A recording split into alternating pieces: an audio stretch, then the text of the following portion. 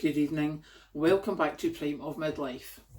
So there I was, having uploaded the last video and looking at headlines and stuffs. And I'm irked, I have to say. Because having watched Prime Minister's questions today, well, I didn't watch all, I just caught some of the pertinent bits that have been in the news. And you know something, I am sick to the back teeth of this. Excuse me. This is supposed to be Prime Minister's questions. The Prime Minister no more answers a question than fleas in the air.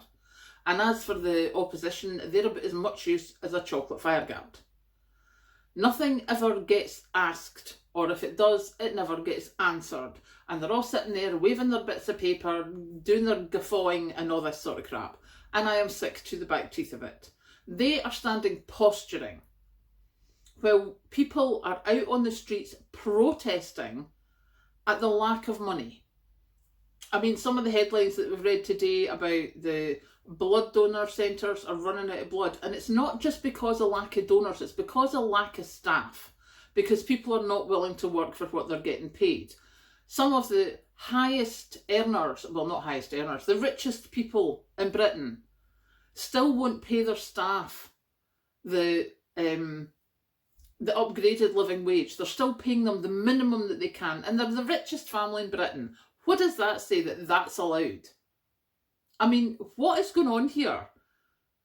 I mean, do you know, this started as a prepping channel sort of thing because I was scared I was not going to be able to afford food next year. What on earth is that about? Seriously, this is the UK. This is Britain. We are supposed to be one of the most developed countries in the world, you know, in the G7, all this sort of crap. And what are we doing?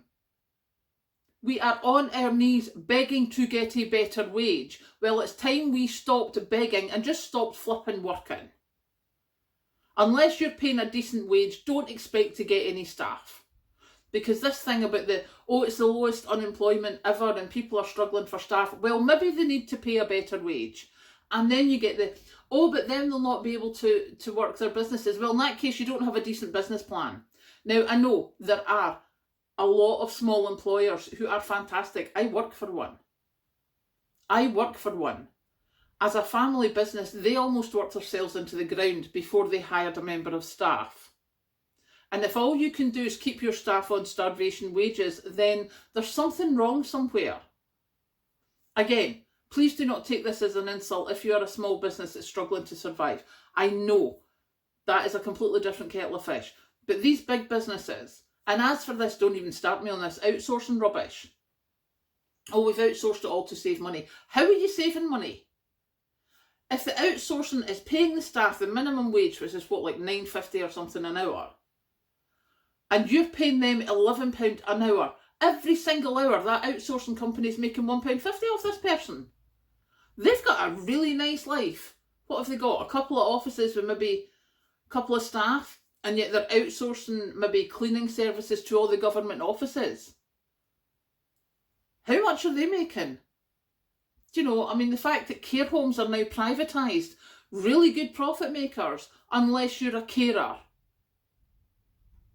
The whole world's gone bonkers. They're in the Houses of Parliament giving it large about Mr. Speaker, get off your soapbox, lady, because believe you me, it's going to fall from underneath you sometime soon. It is high time that something was done about this, because it is ridiculous that millions of us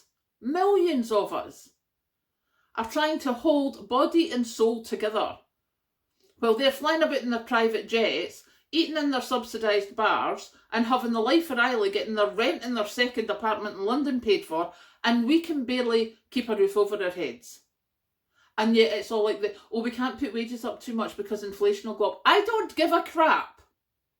If inflation goes up and prices go up, well, my wages are up, so maybe I've got a better chance. Let's go for growth, she says. The Prime Minister of the UK wants growth. Well, I seem to remember somewhere in her conference speech, she's like, and then we'll have money, and then we can do what we do best. Yes, what she didn't say was spend. She wants us to spend. Well, dear Lord, we can't spend the money that we're given. It's impossible. So something needs to give. And trust me, it's not going to be me. I am going to be supporting anyone and anything I can to try and get a better standard of living for the normal people in this country, rather than have the hoi polloi up there telling me that I'm not entitled to a better wage because it would raise inflation. Well, I'm already having to pay a higher mortgage. I'm already having to pay higher prices. Why am I the only one that's not getting higher? See? Cross. Proper cross now. So yes, I just thought I would come and put it up. I have tried to be so good and not rant, but I am furious. I am sick to the back teeth of all these people on their multi-millions and hundreds of thousands per year wage packets telling us, who can barely feed ourselves or keep a roof over our head, that, oh no, I'm sorry, I can get £100,000 a year pay rise, but you can't get £1,000 a year pay rise because that would put inflation up too much. And as for the mini budget with the, oh, we're going to cut the top rate of tax, didn't even start me on that. I'm so glad the U-turned was the words. But yeah, just enough is enough. It has to be. This has to stop sometime.